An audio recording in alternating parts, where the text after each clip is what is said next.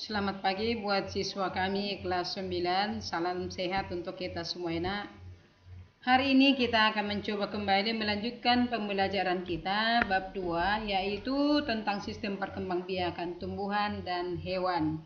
Sebagai tujuan pembelajaran kita untuk hari ini, setelah kegiatan belajar selesai, kamu diharapkan dapat menjelaskan tentang reproduksi tumbuhan spermatopita, yakni angiospermae dan gymnospermae. Nah, sebelumnya anak kami sekalian, mari kita ambil sikap berdoa. Dalam nama Bapa dan Putra dan Roh Kudus. Amin. Syukur Tuhan atas rahmat yang sudah kami terima daripadamu. Teristimewa karena atas kesempatan yang Kau berikan bagi kami untuk dapat mengikuti kegiatan pembelajaran ini. Bantu anak didik kami dimanapun mereka berada, terangi hati dan pikiran mereka, sehingga mereka dapat menerima kegiatan pembelajaran ini dan mereka terapkan dalam kehidupan sehari-hari. Inilah doa yang kami sampaikan kepadamu Tuhan, karena Kristus Tuhan kami. Amin. Bapa dan Putra dan Roh Kudus. Amin. Selamat pagi. Anak kami sekalian, perkembangbiakan pada tumbuhan, baik itu tumbuhan biji tertutup maupun tumbuhan biji terbuka, atau yang kita sebutkan dengan angiospermae dan gymnospermae. Nah, tanaman ini atau tumbuhan ini memiliki ciri-ciri sebagai berikut.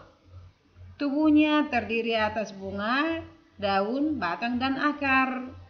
Ciri kedua, bentuk akarnya serabut ataupun tunggang. Bakal bijinya tertutup oleh daun buah. Daunnya pipih, tulang daunnya beraneka ragam. Dan pada tumbuhan angiospermae ini terjadi pembuahan ganda. Alat reproduksi disebut dengan bunga. Daun umumnya lebar, tunggal atau majemuk. Bentuk tulang daunnya tadi bervariasi, bisa lurus, bisa menjari, atau bisa juga menyirip.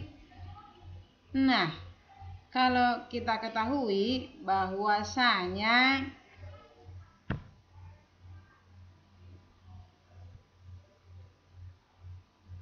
tanaman angiospermae ini melakukan reproduksi baik secara vegetatif juga secara generatif. Artinya bukan sekaligus itu ya, tapi ada yang melakukannya dengan cara generatif, pun ada juga yang melakukannya dengan cara vegetatif. Kalau dikatakan generatif berarti ada organ kelamin daripada tanaman tersebut, yaitu bunganya, putiknya, benang sarinya, dan sebagainya itu ya. Nah, kalau dia itu bereproduksi secara vegetatif, ini pun nanti ada yang dibantu dengan manusia, ada juga yang tidak usah dibantu manusia. Nah, kalau tidak memerlukan bantuan manusia, maka reproduksi vegetatif itu terjadi secara alami. Nah, kemudian yang berikut, ciri yang ke-10, habitatnya, tempat tinggalnya atau kebiasaannya berupa pohon. Juga bisa berupa herba, perdu atau semak. Sedangkan batangnya ada yang bercabang atau ada yang tidak bercabang. Nah, bunganya ini kalau dia itu melakukan perkembangbiakan secara generatif, dia itu dilengkapi dengan kelopak, mahkota, benang sari, serta putik. Coba perhatikan gambar yang ada ini anak. Inilah tanaman angiospermae dengan contoh cabai, kemudian petai, rambutan, manggis, dan lain-lain sebagainya sesuai dengan yang sudah ada di gambar ini ya.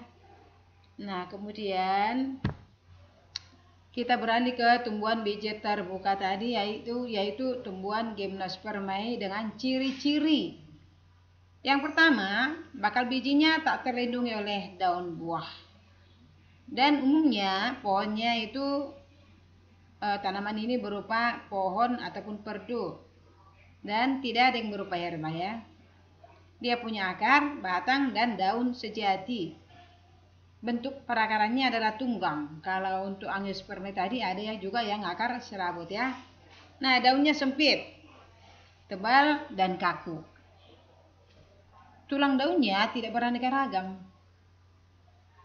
Nah, ini tidak memiliki bunga yang sejati. Itulah perbedaan antara tumbuhan gimnospermae dan tumbuhan angiospermae. Oke, apa saja contoh daripada tumbuhan gimnospermae itu? Ya, lihat di gambar. Ada pinus, cemara, kemudian ginkgo biloba, melinjo, dan lain-lain sebagainya. Anak kami sekalian, cara perkembangbiakan tumbuhan angiospermae dan gimnospermae ini dengan menggunakan bagian tumbuhan. Berarti sistem perkembangbiakan itu terjadi secara vegetatif untuk dapat menghasilkan individu baru tanpa melibatkan proses fertilisasi. Tumbuhan yang melakukan perkembangbiakan vegetatif tadi memiliki kemampuan untuk berkembang menjadi jenis sel penyusun jaringan dan organ tumbuhan yang disebut sel meristem. Keturunan yang dihasilkan dari perkembangbiakan vegetatif memiliki sifat ataupun karakteristik yang sama dengan sifat induknya.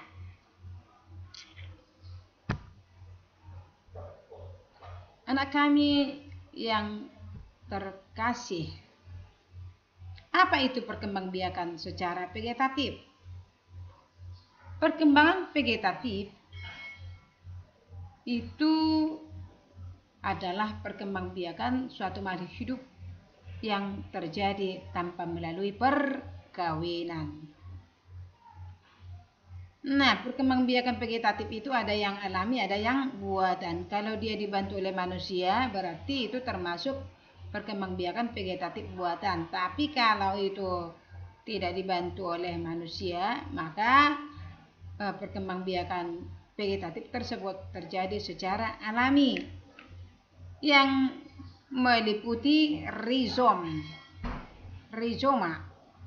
Kalau tanaman itu berkembang biak dengan cara rizoma, berarti untuk menghasilkan individu baru yaitu dengan cara tunas.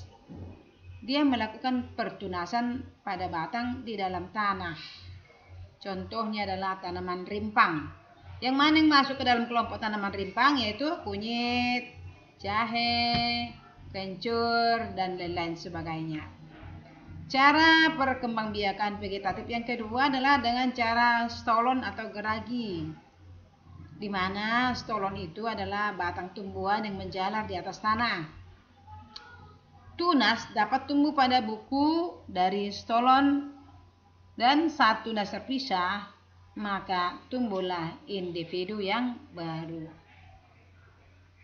Oke, yang ketiga adalah dengan umbi lapis. Umbi lapis itu merupakan modifikasi batang dan daun. Kenapa disebut dengan umbi lapis? Karena memperlihatkan susunan berlapis-lapis yang terdiri atas daun yang menebal, lunak, berdaging, serta batang berupa bagian kecil pada umbi lapis yang disebut dengan cakram. Nah, pada umbi lapis umumnya terdapat kuncup samping dan merupakan umbi lapis kecil-kecil berkelompok di sekitar umbi atau di sekitar induknya yang disebutkan dengan siung. Jika siung dipisah dari induknya, maka tumbuhlah tanaman yang baru atau tumbuhlah bawang yang baru ya. Nah, kemudian ada juga dengan umbi batang. Salah satu diantaranya adalah kentang. Lihat ini. Bagaimana proses perkembangbiakan kentang tersebut ya. Nah, pada daging kentang itu sudah tumbuh apa itu? Mata tunas atau yang disebut dengan kuncup. Nah, jika kondisinya mantap, contohnya pada musim penghujan, maka tunas tadi akan berkembang menjadi tumbuhan yang baru. Oke, kemudian yang berikut adalah dengan cara tunas adventif daun. Nah, kita ketahui untuk menghasilkan individu baru, ya, pada tepi daun tanaman cocor bebek tersebut sudah bertumbuh tunas atau kuncup-kuncup, dan dari kuncup tersebutlah dihasilkan tumbuhan muda atau anak daripada cocor bebek. Oke, sebagai tugas kamu nanti sudah Ibu kirimkan di WA ya nak, silakan kerjakan, ikuti nanti video, kemudian pelajari dengan baik, catat ke bukumu, dan segala tugas yang diberikan silakan dikerjakan. Oke, kita akhiri dengan berdoa. Bapa dan Putra dan Roh Kudus. Amin.